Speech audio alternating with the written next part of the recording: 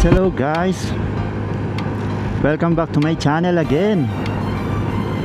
For today's video guys, pupunta kami sa Cainta para puntahan yung RRJ na nagba-viral ngayon na 90% sale.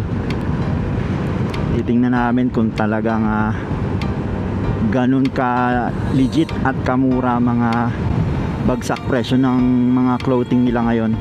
Sa ngayon, mas prepare ko ngayon tumingin-tingin kaysa sa mga susunod na buwan kasi possible na magtaas na yung mga presyo niyan, lalo na pag pumasok na yung bear. Kaya maganda ngayon na mamili ng mga damit, lalo na kung talagang 90% off yung mga clothing nila ngayon doon. Tingnan natin ngayon kung dun sa store nila. Actually yung store nila dun lang yun sa sa may labas, sa may along highway lang. So matagal-tagal na rin akong di nakapunta dun.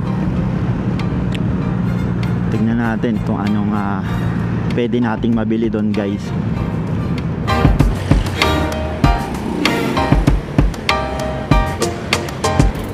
At dito na nga kami dumaan sa Tikling. Diyan kasi sa may Heaven's Gate may ginagawang dun sa Marcos Highway. May ine-excavate dun, kaya talaga yun yung choke point, cause ng traffic.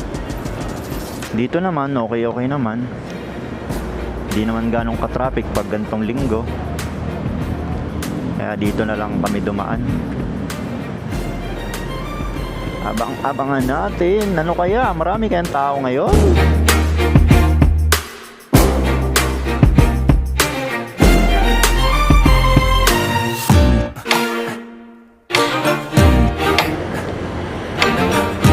Dito sa Tikling, ang ayoko lang dito, konti yung interval ng takbo mo, stoplight na naman. Panay stoplight. Oh, stoplight oh. Ayan, nakatatlong stoplight na ako.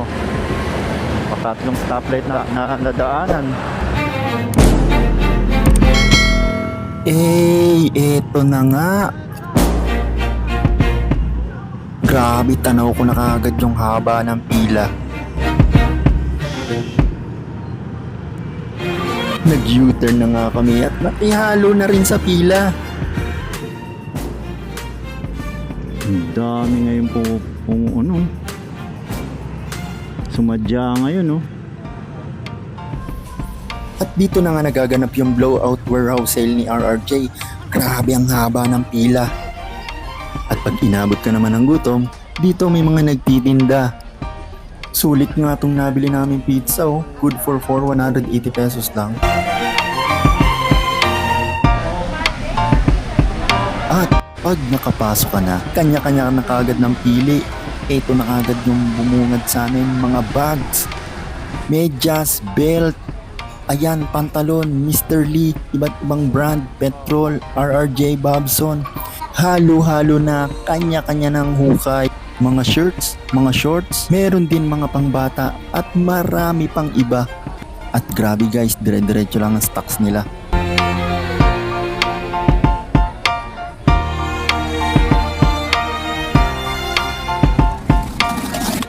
At legit guys, may 200, 250 at 300 pesos na pantalon. Ang tagal nga namin namili guys. At ito lang nabili namin, 2 pantalon. Branded nga ang mga clothing nila. Ang sale nila ay hanggang August 25 na lang. At pag may time at budget ka, let's go, sugod na!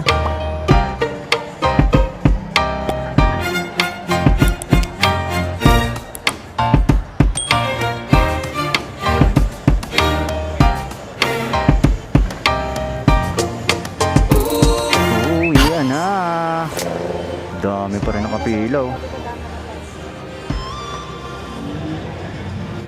Bakit may butas dyan?